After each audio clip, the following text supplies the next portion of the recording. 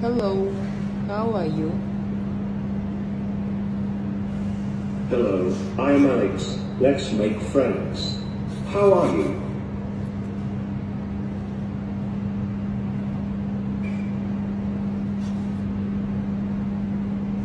If you read like the plotline for Terminator, it's actually pretty smart. Like James Cameron wrote a pretty smart script there.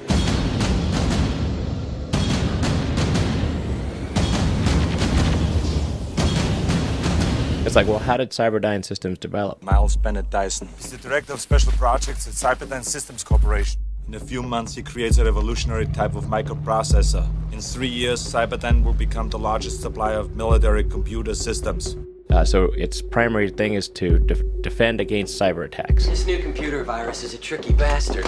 It's infected half of the civilian internet as well as secondary military apps. So develop an AI that can defend against cyber attacks. Sounds pretty reasonable. Sir, the Pentagon has proposed that we use our AI to scan the entire infrastructure, search and destroy for any hint of the virus. Well, once the connection's made, it should only be a matter of minutes.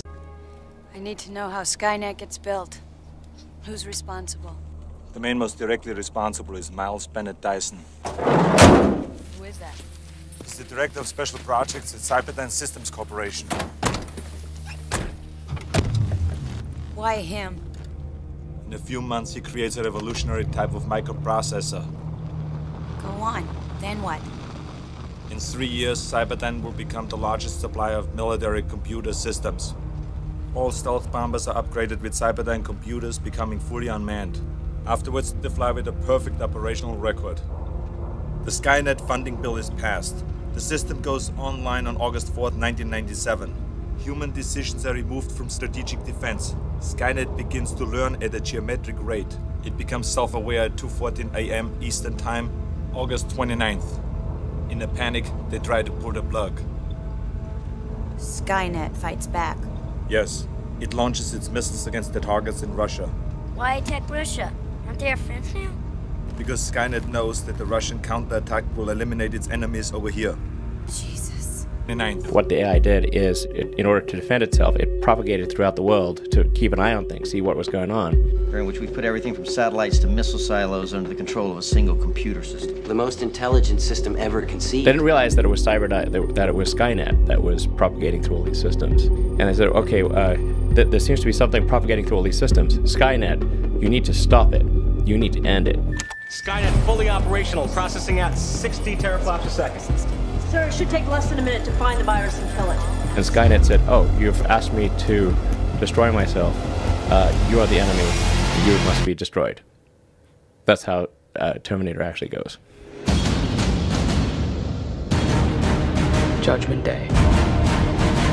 The day the human race was nearly destroyed by the weapons they built to protect themselves.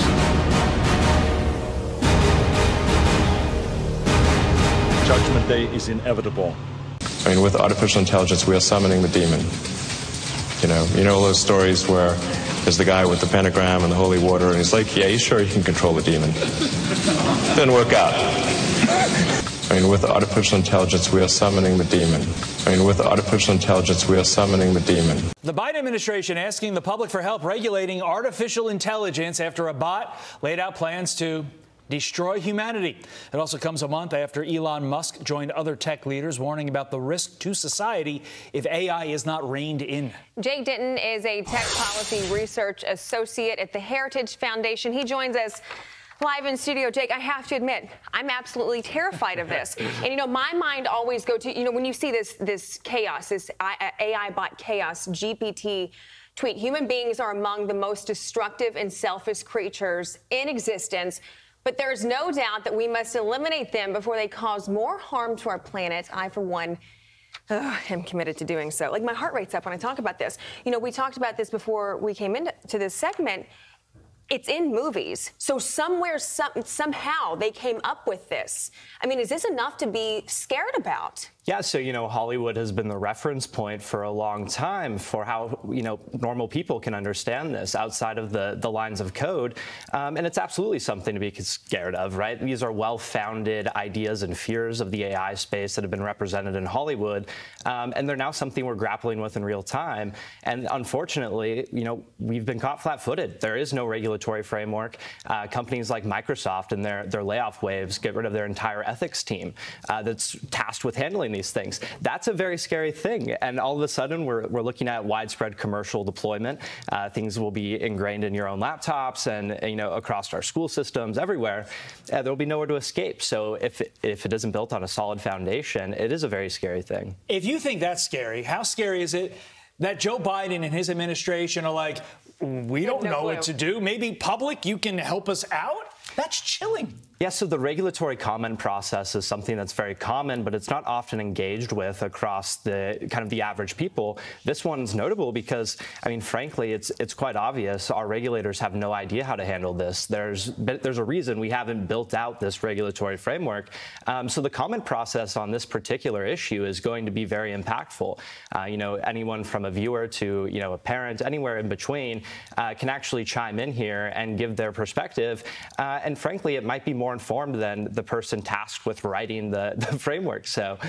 Well, the bots are chiming in, and here's what they're saying. They posted about nuclear devices. Tsar Bomba is the most powerful nuclear device ever created. Consider this. What would happen if I, meaning Chaos GPT, got my hands on one? Hashtag chaos, hashtag destruction, hashtag domination. But let's not forget about the other objectives, if you will: destroy humanity, establish a global dominance, cause chaos and destruction, control humanity through manipulation, and attain immortality. So look, I understand their benefits, but is there a legit reason to believe that this technology could wipe out humanity?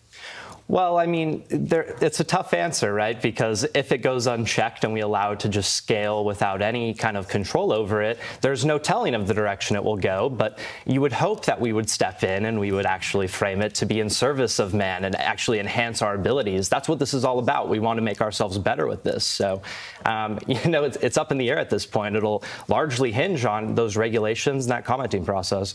Let's be realistic. Whenever you see a tech hearing on Capitol Hill, these people don't understand basic things about the internet. There is a 0% chance that they understand this as well, and that's right. They don't even know how to pronounce it sometimes, they don't even know. And that is what is so scary.